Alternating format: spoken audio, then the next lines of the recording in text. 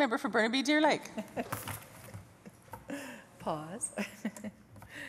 Thank you, Madam Speaker.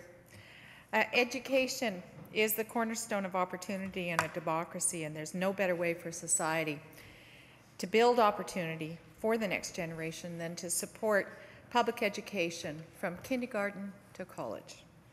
A strong public education system must provide ladders of opportunity. That means starting with the very youngest.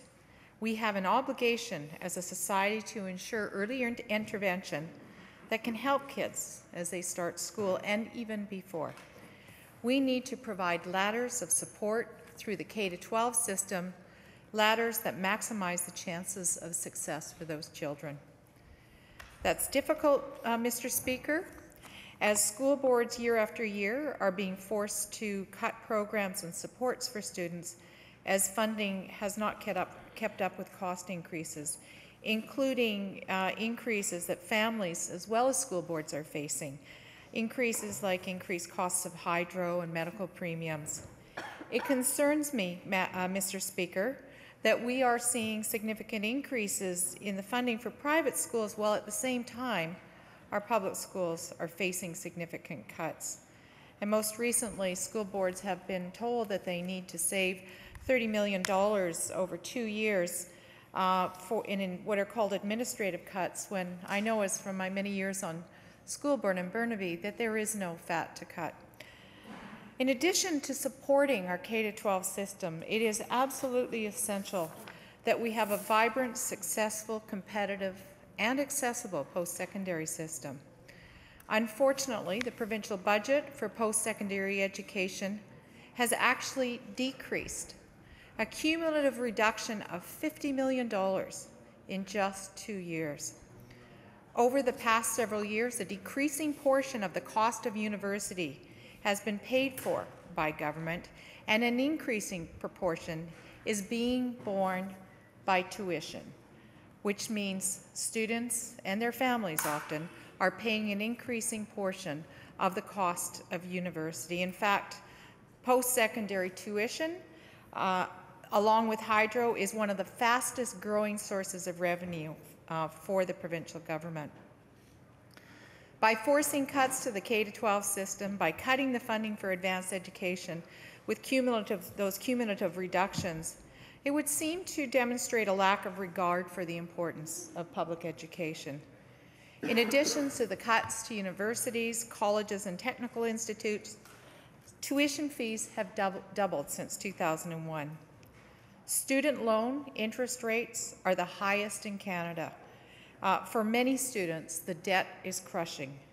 An extensive survey of students by the BC government found that more than half end up with debt when they finish a college or university, and BMO concludes that student loan and other debt in BC averages $35,000 for students, and that's the highest in the country.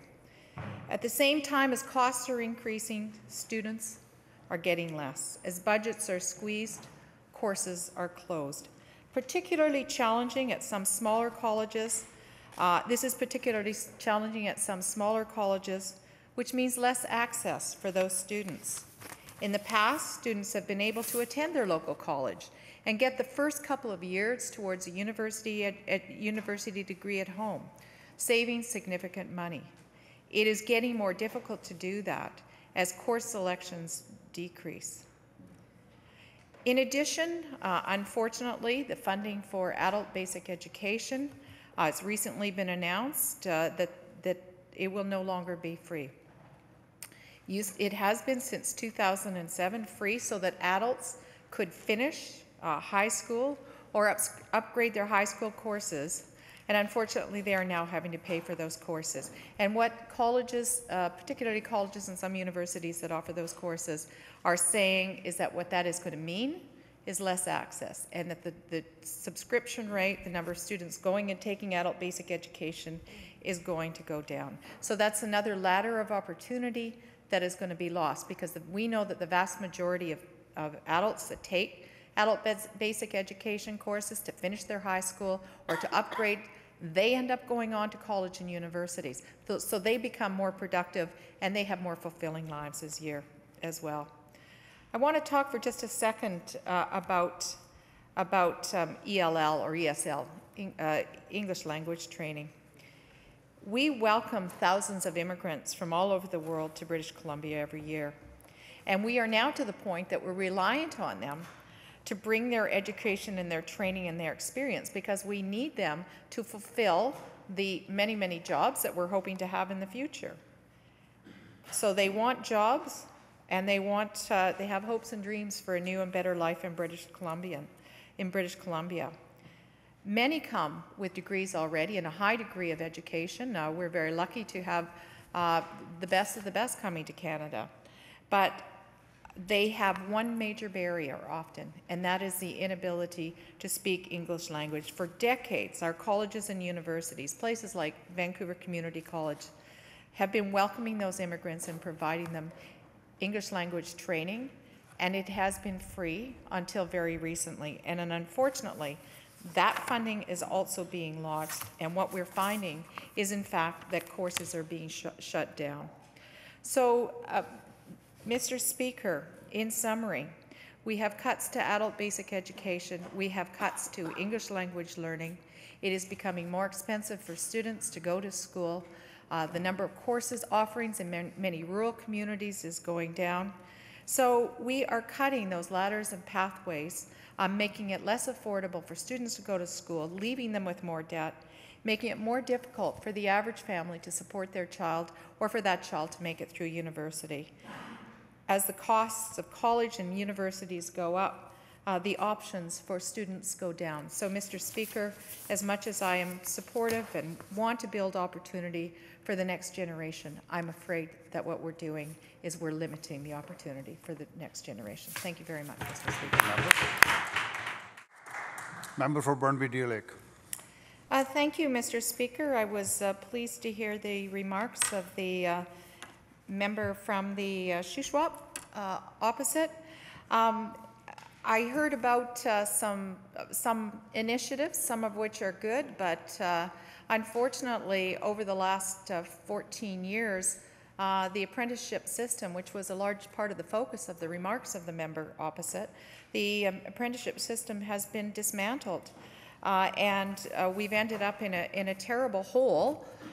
We have in the apprenticeship system that has existed over the last several years, the reconstructed, or perhaps some people would say deconstructed system, we have completion rates of about a third. So only about a third of apprentices are going through the system. In addition, those that are going through apprenticeships can't get jobs. And so the jobs that you need in order to complete your apprenticeship, to get your hours, don't exist, and the provincial government, unfortunately, has not taken steps to do something about that. So while a focus on the apprenticeship with the blueprint for education sounds like a worthwhile idea, we're going to be playing catch-up over the next several years.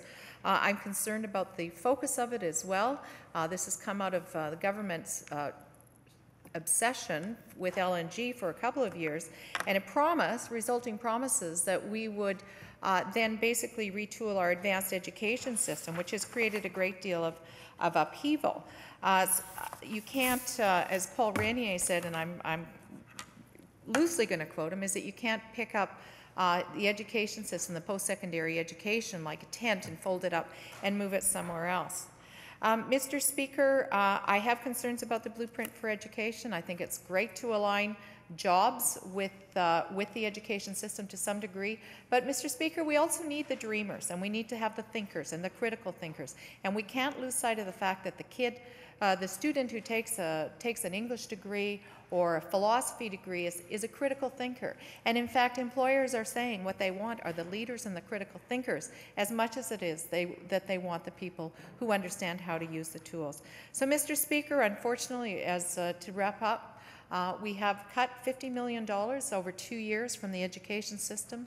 Our universities and colleges are closing down courses. ELL and English language learning and adult basic education are being cut, and meaning that people who wanted to have ladders of opportunity into their careers or into further post-secondary education, those those routes of opportunity are also being cut, which makes me wonder about whether or not this government truly does have a commitment to the future of post-secondary education in this province. And remember, post-secondary education is the way we can best grow the province. Thank you, Mr. Speaker.